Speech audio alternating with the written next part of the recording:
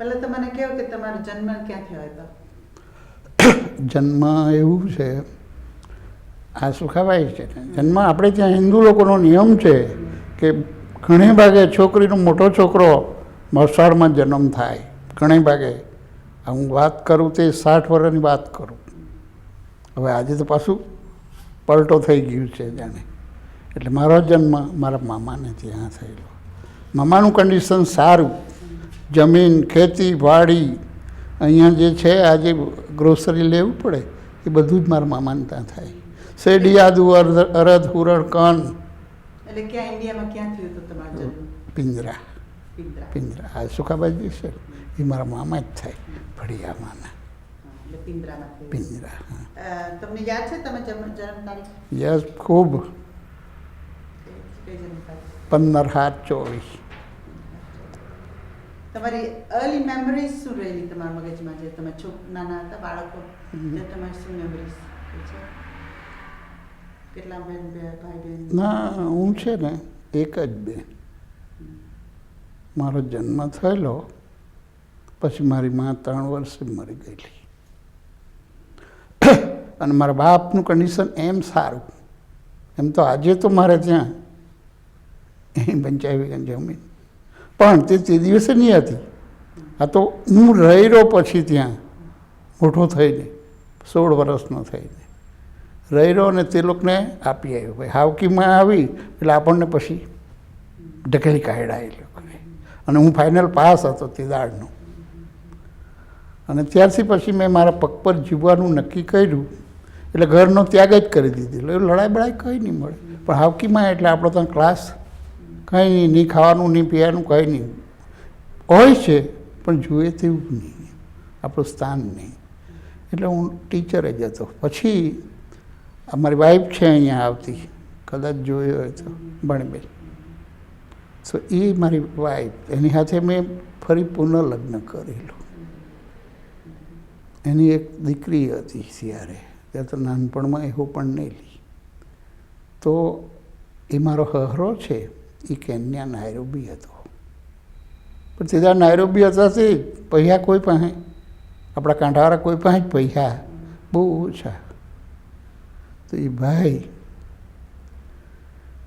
ને કેન્યા બોલાવેલો આ લોકોએ. એટલે હું લગભગ 50 વર્ષ ઉપરથી જ કાંઠામાં જ રહેમ, બોદાલી જ. એ જ મારું પતન. એટલે ત્યાં જ નોકરી એમ બંને જણ કરતા. પછી તો એ રીતની એ મારી વાઈફ. અને પછી એ કેશવભાઈ જે છે એ પહેલો આવેલો મારા કરતાં. પણ અમે બધા હાથું ગ્રુપ અમારું સાથે જ હતું અબ્રામાં. એટલે હું ચીજગામ નોકરી કરતો અને એ અબ્રામે નોકરી કરતો, પણ અમે દોસ્તાર જ બંને ખૂબ. અને એણે પછી મને અહીંયાનું એણે જ માર્ગદર્શન આપેલું કે તું મહેનતું છે, કામ કરવાવાળો, અને તું અહીંયા આવી જાય તો તારા માટે પૈસા સારા. તે દાડે તો અમને 6 પાઉન્ડ મળતા બેન, અને 44 કલાક. પછી 1 કલાક ઓવર ટાઈમ જો મળે તો 2 શિલિંગમાં ½ કરોડ મળતો અમને. પછી મારે પૈસા તો થઈ ગયા. પછી સીધા કંઈ નહીં હતું અહીંયા તો, જોબો આટલા નહીં હતા. અને પહેલી સફર મેં 5 વર્ષ કાઢેલા, ત્યાં તો કોઈ બાય તો મેં અહીં જોયેલી જ નહીં. બધા જુવાની જ અમે તે દિવસ 20-25 વર્ષના જ બધા છે. તમારી સ્કૂલ ઇન્ડિયામાં સ્કૂલ ક્યાં ભણ્યા હતા તમે? સ્કૂલનું નામ? બોદાલી. કેટલા વર્ષ ભણ્યા તમે? બોદાલીના તો ત્યારે એટલે એમ તો તમે એની એકંદર જો ગણતા હોય તો 1 વર્ષ તો મેં મારા ગામમાં જ કરેલી નોકરી, નવાગામ તાલુકે નવસારી. પછી ત્યાં આપણને ખાતામાંથી વર્ષની સર્વિસ થાય ને એટલે આ લોકો છૂટા કરે.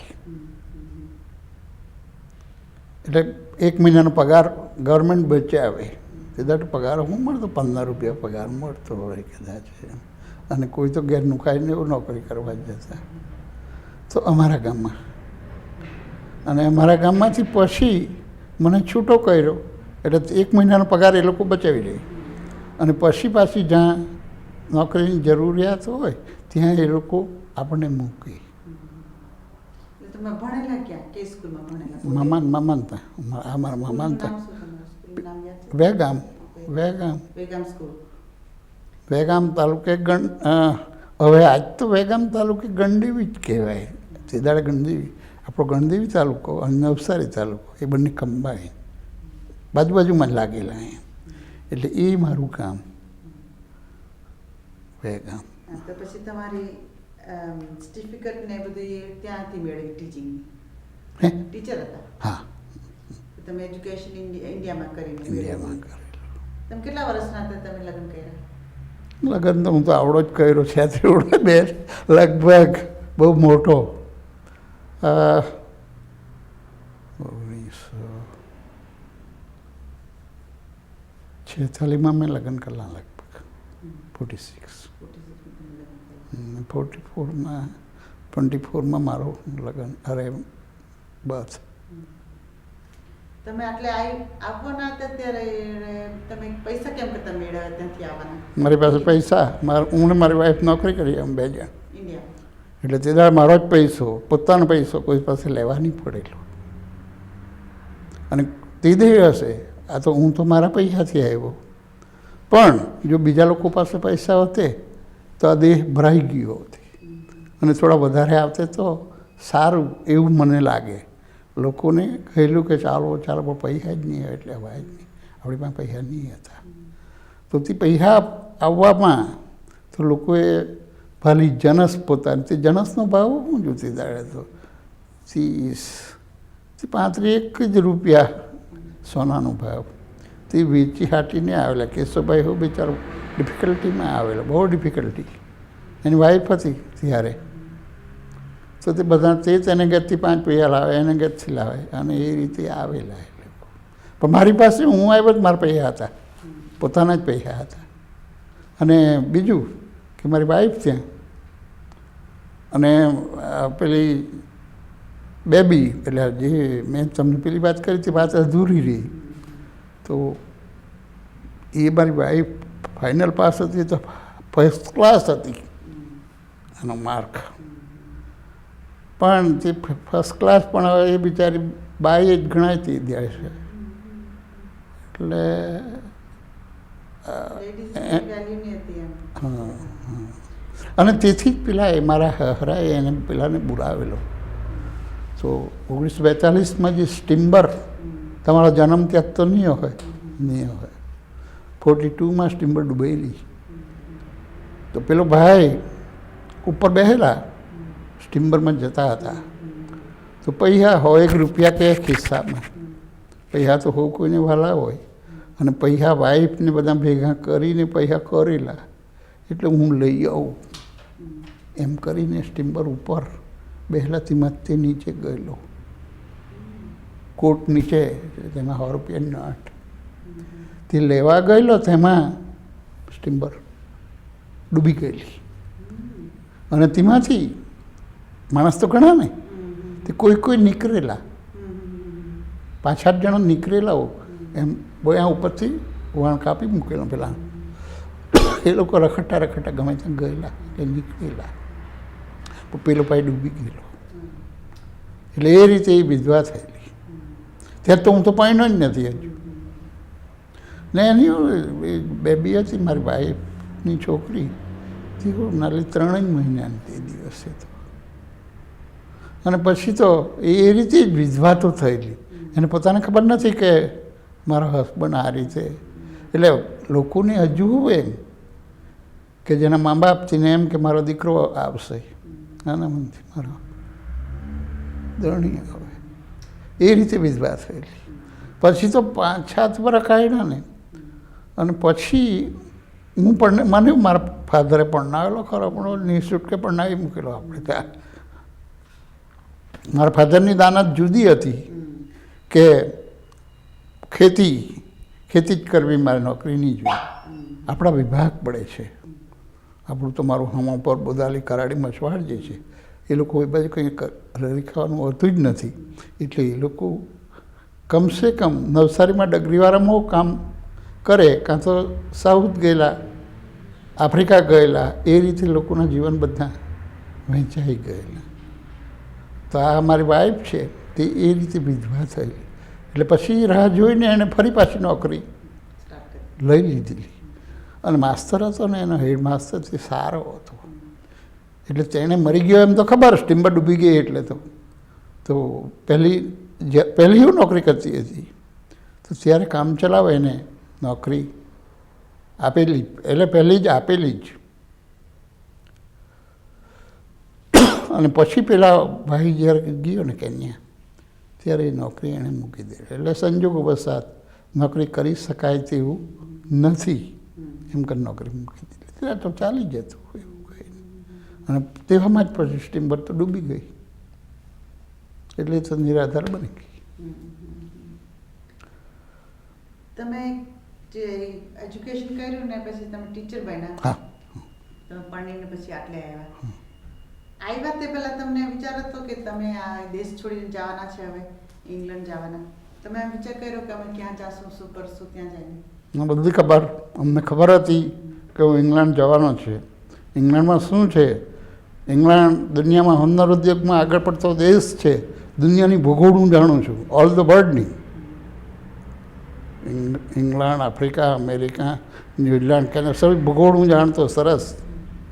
અને મને અહીંયા શું કરવાનું તે બી હું જાણતો કે કામ કરવાનું છે.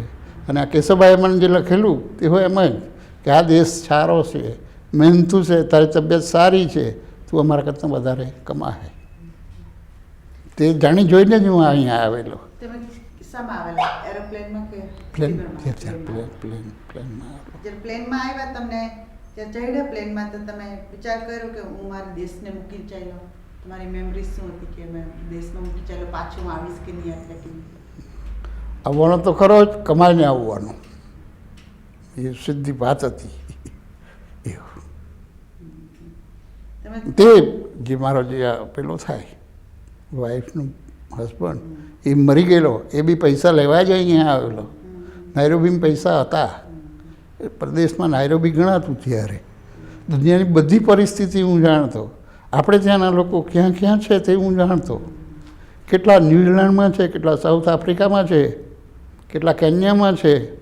અને અમે ખેતી બી કરતા તેવું અમને ખબર. પછી ખેતીમાં ડિફિકલ્ટી જોતી, ડિફિકલ્ટ લોકો જાડા હોય છે અને તેને આપણી કદર નથી હોતી. ધારો કે મારો બાપ એ ખેડૂત, એને તો પછી 25-30 વીઘા જમીન તો હું કરીને આપી આવેલું, મેં મેળવેલી જમીન.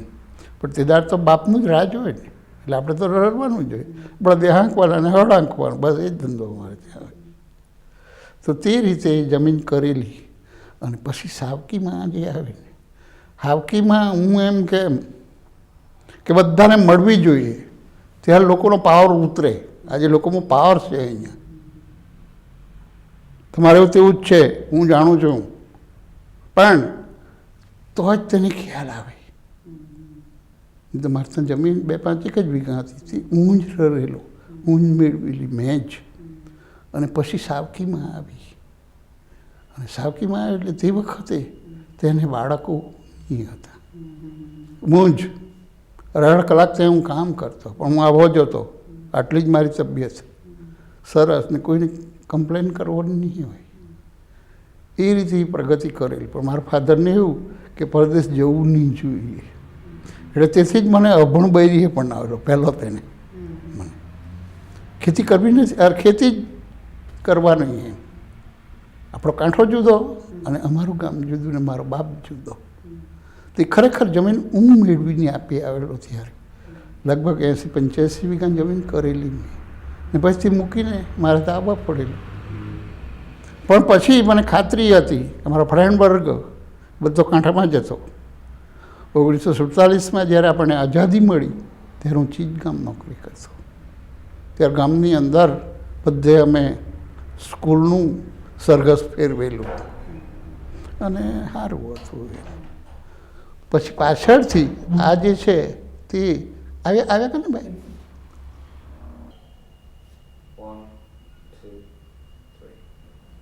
તો એ રીતે પેલું કરેલું બેન. અને પછી મેં સેકન્ડ મેરેજ કરેલા એની સાથે. તો પેલીને મારા કિસ્મતમાં જે ચોંટી છે એને મારે પાર ઉતારવી, એ મારો ધ્યેય હતો. પણ એ છોકરી જરા એમ પેલી જ ભણી તો તે તો ભણતર હતું જ નહીં.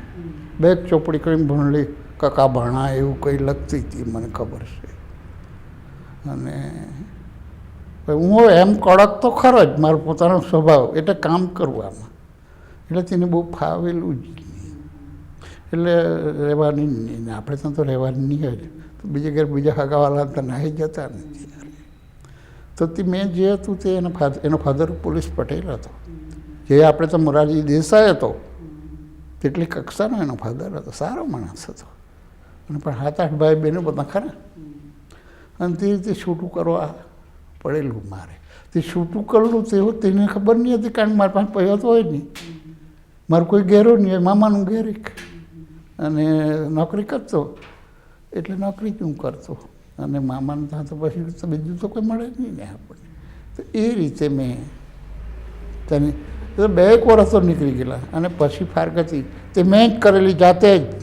મારા મામા ખરા, પણ મારા મામાને એટલું બધું કંઈ સમજી શકે તેવા નહીં હતા, જૂના માણસો એટલે કામ કરી જાણે. ને મેં તને બહુ જાહેર કરેલું નહીં. પણ એ રીતે તો તે મેં 500 રૂપિયા પેલીને આપેલા.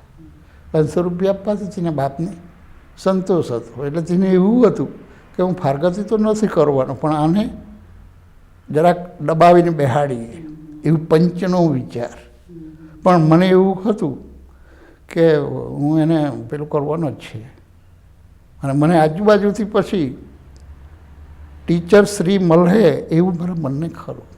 તે દાડે હતું તો કોઈ નહીં, પણ આ આપણું જે બોદાલી છે એ તો મારામાં લક્ષમાં જ નહીં મળે. ને હું તો ચીજગામ, એટલે કાં ચીજગામ, કાં બોદાલી ને કાં મારું નવા ગામ, એટલે બહુ દૂર. એ રીતે મેં છૂટું કરેલું, છૂટું કર્યું. પણ તે દરમિયાન મારો એક દોસ્તાર હતો, આ કેશવભાઈ છે ને, કેશવભાઈ વગર એક બીજો શેતાન છે કોથમરીનો જ. આ કોથમરી ગામ છે એ આપણા તાલુકામાં ને આપણા ગામમાં બધામાં હોશિયાર ગામ છે, લોકો જ હોશિયાર અને લોકો બહાર બી બહુ. આ બોદાલીઓ એ રીતે, પણ બોદાલી કરતાં પેલું હોશિયાર કોથમરી. પણ બોદાલી ગામ એમ સારું, રહેવા માટે બહુ સારું અને મોટું બહુ ગામ. અને આજે એવું રહેવું હોય તો સવાર 8 વાગે એટલે ચા પાણી નાસ્તાવાળો ત્યાં આવી જાય, એટલે મને ગમે ત્યાં. અને તે રીતે પછી એ મારો દોસ્તાર હતો, તે દ્વારા મારી વાઈફની મેં તપાસ કરાવેલી. અને પછી તે લોકોને, એટલે આ કોથમરીના જ બધા જ મારા દોસ્તારે, કેશવભાઈ, તે દયાળભાઈ બહુ હોશિયાર માણસ છે. તું કદાચ કુદા જોયો હોય કે સામાન્ય જાણતી હશે, બહુ હોશિયાર હતો. હા હા હા, એ બધા જ મારા એવરીવન. તો એની એટલે એ પાછા ત્યાં જુવાન ને અમારી વાઈફ છે ને એની કક્ષાના 1-2 વર્ષના જુવાન ને બધા 20-25 વર્ષના કહેવા તેવા.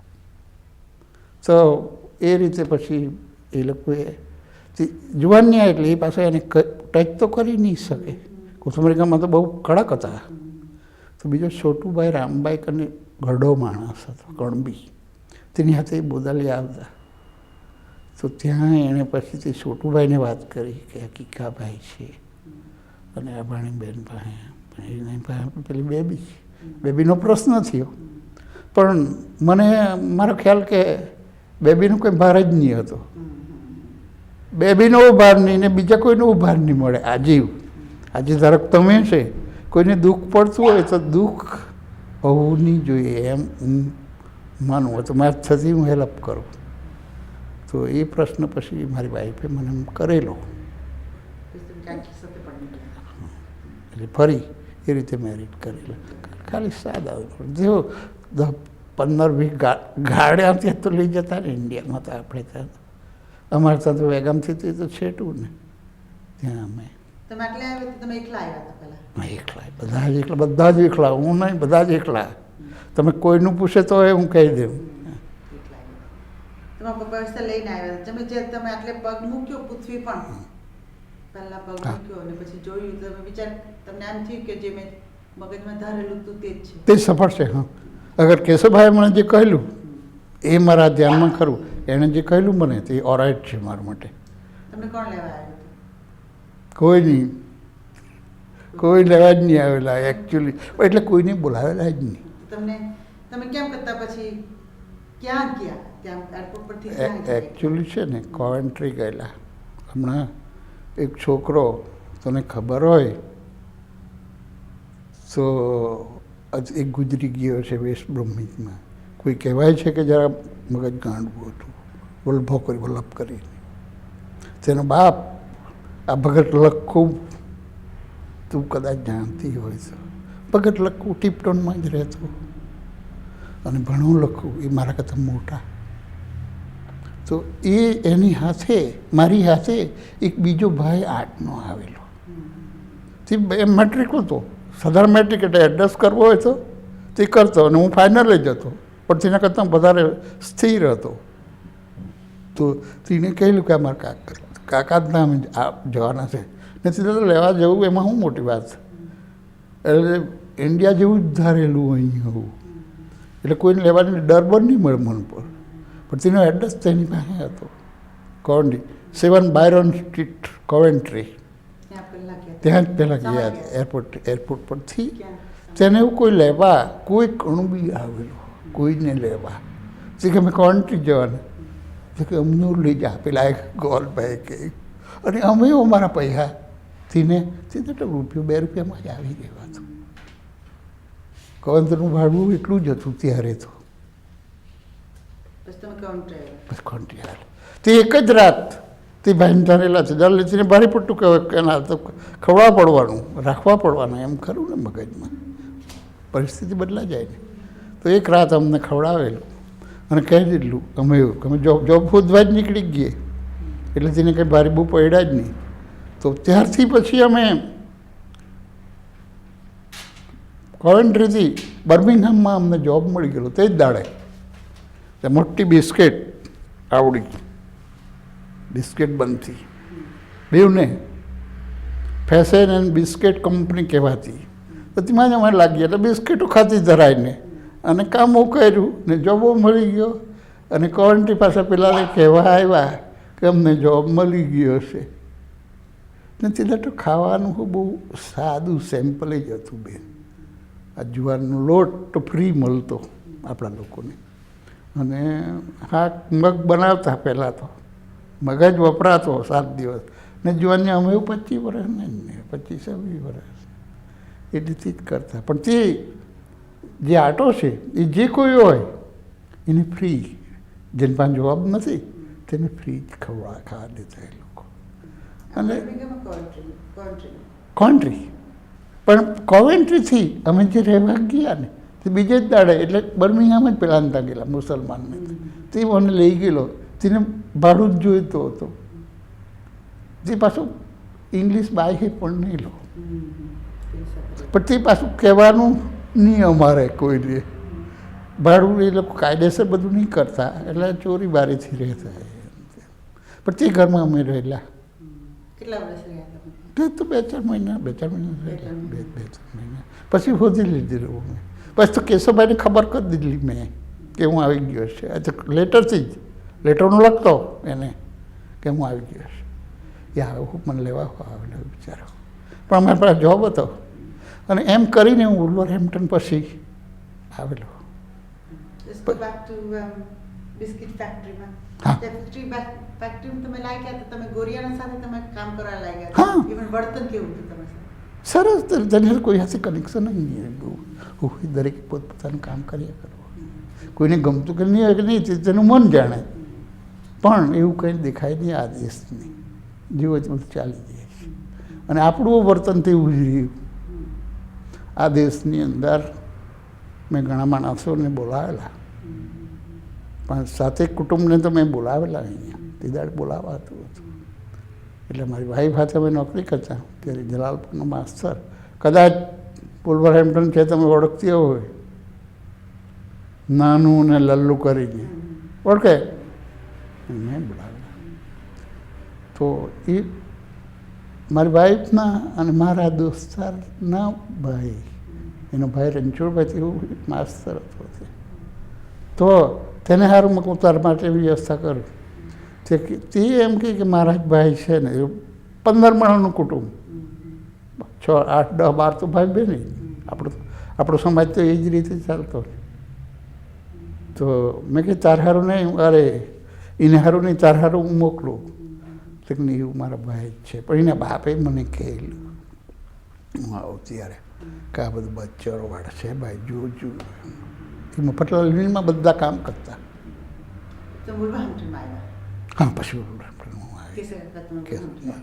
પછી આટલી નોકરીને શું કર્યું? પછી નોકરી બીજી બદલી કરી લઈ. બીજી બદલી કરી. ક્યાં કરવા ગયા?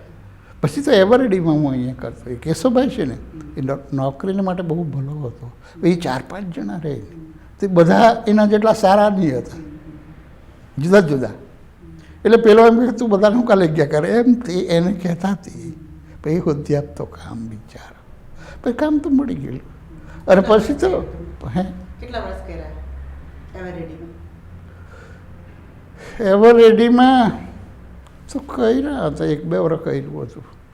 અને પછી છે એવું થયું હતું કે અમે એની સાથે ઘર લઈ લીધું. મારે 5-5.5 જ મહિના થયા હતા કુલ, એટલામાં જ મેં ઘર એની સાથે લઈ લીધું. કે સાથે કારણ કે મારી વાઈફ તો ઇન્ડિયામાં તો ટીચિંગ કરે અને મારો એક છોકરો હતો, તો એ 3 જ વર્ષનો, 5-1 વર્ષનો. અને પેલી છોકરી જે મેં કહી ને તમને એની મોટી, એવું મોટી હતી ત્યારે, એટલે 7-8 વર્ષની. એ બેને લોકાપ્ટર કરવાનું અને હું પૈસા મોકલ્યા જ કરું. એટલે એનો પગાર આવે તો એ સરભર વાપરાઈ જતો. મારા પૈસા હું પાછું 50 પાઉન્ડ દર મહિને મોકલું જ આપણા નિયમ પ્રમાણે. એટલે પૈસા એ મારી બેબી હતી તેના નંબર જ હું ત્યાં મુકાવ્યા કરતો હોય ને સારું રહેતું, બહુ હેપી હતી. તમે આવ્યા ને પછી બાબો ત્યાંથી તમારે નાના બાબતથી? ના, બાબો હતો જ બીજો, તમે મૂકીને પછી આવ્યા? મૂકીને પછી અહીંયા આવે તમારે ઘર લીધું કેશવભાઈ એટલે ત્યારે. પછી તમને યાદ આવે કે તમારી કાકી ક્યારે આવ્યા? કાકીને ક્યાં બોલાવ્યા? ઓ, એ તો મોડી, એમ તો નોકરી જ કરવા દીધી હતી. અને ભાઈ 5 વર્ષ થયા ત્યારે મારી પાસે 28,000 રૂપિયા થયા હતા તે દાડે. ત્યારે તો 3.25 જ ભાવ હતો. પણ મારી પૈસા, કારણ કે એવું નોકરી જ કરે હતા, એટલે મારો પૈસો એમ તો વપરાય જ નહીં. એ જ્યાં ત્યાં મોકલું એટલે બેંકમાં મૂકી દે ને વપરાશ કરે એ પોતાની મેળે. એટલે સારું ચાલતું હતું. પણ ત્યાં હું પછી 5 વર્ષે ગયો ત્યારે એમ કે મારો હક ખરો ત્યાં ખાતામાં 5 વર્ષ પહેલાં. તો ફરી નોકરી કરવાની, 2 જણ નોકરી કરું અને 28,000 રૂપિયા મારા પાસે હતા ત્યારે. તો બહુ કહેવાતા તે દાડે તો. પછી તમે કાકીને બોલાવ્યા? ના, પછી પાછો હું ગયો. ત્યાં જાય એટલે ત્યાં રહેવા જ પાછું મન થઈ ગયું. એટલે 5-6 મહિના 8 મહિના રહેલો ઇન્ડિયામાં, એટલે બોદાલીમાં. એ નોકરી કર્યા કરે ને હું ઘેર ફર્યા કરું. પછી પાછું પછી નક્કી કર્યું કે હવે પાછું જવું નથી હવે. એટલે ત્યાર પછી પાછું ઘર લીધું. તે પેલું ઘર કેશવભાઈને જ હું આપી ગયેલો, એની કિંમત કરીને જે કંઈ હતી તે રીતે મને આપ્યા ને બાકીને. એટલે મારી પાસે પૈસા ટૂંકમાં. પછી હું અહીંયા આવ્યો એટલે બેલ્ટનમાં પાછું લીધું, પાછું બેલ્ટનમાં લીધું. આર્યું આ જ ઘર, આર્યા આપણી સામે શું છે એ જ અહીંયા લીધું. પછી કાકીને બોલાવી અને પછી મારું કુટુંબ એટલે મારો કાકો, તેનો છોકરો એક, તેને ભણાવ્યો. બાળપોથી હતી, તેને એમએ હોદ્યો ત્યાં ભણાવ્યો મેં. ગાડા કોલેજની ફી ભરતો હું. અમે બધા હાથે જ. એ ગાંડો ભાઈ કહેવાતો, ગાંડો બોકડી કહેવાતો. તે બહુ કકરો હતો. તે પાર્વતી છે તેની, તે અમારા જેવી જ આ જેવું. આ કેશવભાઈ તો એમએ સુધી એને ભણાવ્યો. એને પછી બોલાવ્યો અહીં ગાડા કોલેજમાં, સીધી ફી હું ભરતો. તો એ એમએ ત્યાં થયો અને પાછું એડમિશન એને સારું અહીંથી મોકલેલું મેં. એડમિશન જે મહાત્મા ગાંધીજી ભણતા તે વખતે તેટલું વધારે ભણાવવા માટે એને મેં પૈસા મોકલેલા. તે આવી ગયો એટલે પછી ભણતો પાછો અને પછી કંડક્ટર નોકરીઓ કરતો. એકથીને બોલાવેલો. અને પેલા 2 ભાઈ છે ને, રણછોડભાઈના ભાઈ, નાનો લલ્લુ, એના મેં પાસપોર્ટ માટે એડમિશન મોકલેલા. તે પર પાસપોર્ટ બનેલા. એ છે આ મારી દીકરી છે, એને તો આજ સુધી મેં અહીંયા હેલ્પ કરી હતી. એ મેટ્રિક હતી ત્યારે, કકરી હતી. તે જોઈ લી હોય કદાચ પાર્વતીને, ને પેલી તારી હાહુને બધાને ઓળખે, એ વાલકી ફાલકી ને એ છે, એ વાલકી છે ને ત્યાં પર્વતવારી વાલકાકી, એને મેં ભણાવેલી. ફાઇનલ અરે 5મી ચોપડી મેં ભણાવેલી છે એને. હમણાં હતી ને પણ દયા કરી અમારી, પણ હવે તે પરહુતભાઈ બિચારો પાંગળો થઈ ગયો ને ધીરુભાઈને એ વોલ્વરહેમ્પ્ટન જ મારું જ કહેવાતું હશે. કેશવભાઈ ત્યારે કંઈ લપ્પન ચોપ્પન બહુ લવારો બહુ નહીં પકડતો. એ તો હવે અમથા આપણા સમાજમાં જરાક જાય, બાકી એને બહુ પેલું નહીં. એટલે તમે વેસ્ટર્ન આવ્યા પછી ક્યાં કામે લાગ્યા? કામમાં અહીંયા ટીપર બ્રધર્સ કરીને એક કંપની ચાલતી, ટ્યુબ વાઇપ વાની આવી ટ્યુબ બનતી, એટલે તેમાં હું કરશો. કેટલા વર્ષ કર્યા? પેલા 4 વર્ષ કરવાના, એટલે લગભગ 3.5 વર્ષ મેં કરેલું, અને વર્ષ દોઢેક એવરેડીમાં મેં કરેલું. એવરેડી બધો આપણો ઇન્ડિયન નહીં, બધો તે અમારા જેવા જોવાની પંજાબ અને બધા. તમારા છોકરા કેટલા થયા પછી આ બધું? કેટલા છોકરા? ના પછી છે ને હું ત્યાં ગયો એટલે પછી મને એક છોકરો, મને એક જ છોકરો બસ જોઈતો હતો, અને પેલી પાર્વતી હતી. પણ મારી વાઈફની ઈચ્છા 1-2 બાળક એને વધારે જોઈએ છે એવું હતું, પણ મારો વિચાર બહુ નહીં હતો, એટલે એક છોકરો મેં ફરી કરેલો ત્યાં બસ. એટલે છોકરા પૂરા માને. પણ એક મારી બેબી હતી એક ત્યાં થયેલી, તે ઓફ થઈ ગયેલી, વર્ષ 2-1ની થઈ. ત્યાંથી ફળિયાનું બિલ્ડિંગ બેથી ત્યાં હતો કે ભાઈ અમારું છોકરું જુએ, એટલે બધું પ્રેમથી જ રહેતા, બહુ ફાઇન. બીજો એક ભાઈ હમણાં મેં બોલાવેલો, હમણાં એટલે તે 35 વર્ષ તો થઈ ગયા, પણ એટલે આવતા તો બંધ થઈ ગયેલા અહીં. પણ અમે ફળિયામાં રહીએ ને તો એ મારો પેલો છોકરો 3 વર્ષનો, તેને હાથે લઈ ગયા કરતો, તેને ગીત ગાવાનો ને એ ભજન ગાવાનો શોખ, તો એ લઈને જતો. અને તે બહુ મોટું કામ નહીં, લાપચી ખાવાનું ને એ તો એ લોકોને ચાલતું, એ લઈ આવતા. અને પેલો તેનો ફાધર જાય તે પાછો જમવા લઈ જતો. એટલે મારા પોયરાને એ લોકો જ પોતા, લોકોએ જ મને હેલ્પ કરેલી. તો તેને પછી એવો વારો આવ્યો કે તે હામા પર તેની બેન છે એક, તે ગરીબ જ બિચારા પણ બહુ સારા માણસ. હમણીઓ તે ત્યાંથી બોમડા ને એવું થયું મારે ઘરો મોકલે, એમ પૈસા મોકલીએ. તેનો ભાઈ તે પૈણો તે રીતનો કારભાર મારી વાઈફ જ કરે પાછો, પણ તે મર્યાદિત બહુ બોલે નહીં. અને પછી મને લાઈક કહ્યું કે ભાઈ મારી વાઈફ તો અહીંયા આવી ગઈ કે હું આવવાનું. હવે આ લોકોએ કહેલું મને, પણ એ લોકો તો ના કહે. હવે તે તો કાયદો થઈ ગયો, જે બોલાવનાર તો ગુનેગાર કહેવાય.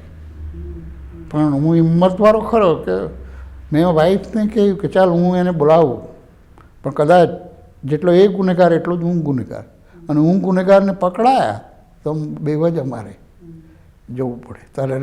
તારે તો રહેવું જ પડે અહીંયા, કારણ કે અધ્ધે આવી ગયા. તો કે અરે ભાઈનો ભાઈ થાય ને ફળિયામાં, કંઈ નહીં મૂકવાનું થયું. તો પછી તે બિચારાને મેં બોલાવેલો, 7-8 જણા સાથે આવેલા બધા ત્યાંથી, આપણે ત્યાંથી 8-10 હજાર રૂપિયા આપીને. તમારે ખાલી એટલું જ મને કહેવાનું કે કામે લઈ જવાનો, જોબ શોધવાનો, અને નવો પેલું ઇન્સ્યોરન્સ કાર્ડ કઢાવવાનું. તો પેલા આજ મેં બે લાવેલા જલાલપુરના, એનું ફોઈ ભાઈ હતા, બહુ હોશિયાર હતો. તો તેણે જોબ નહીં મને શોધી આપેલું, અને હું એને પછી લઈને ગયો 2-3 દાડે, એટલે એ લોકોએ મને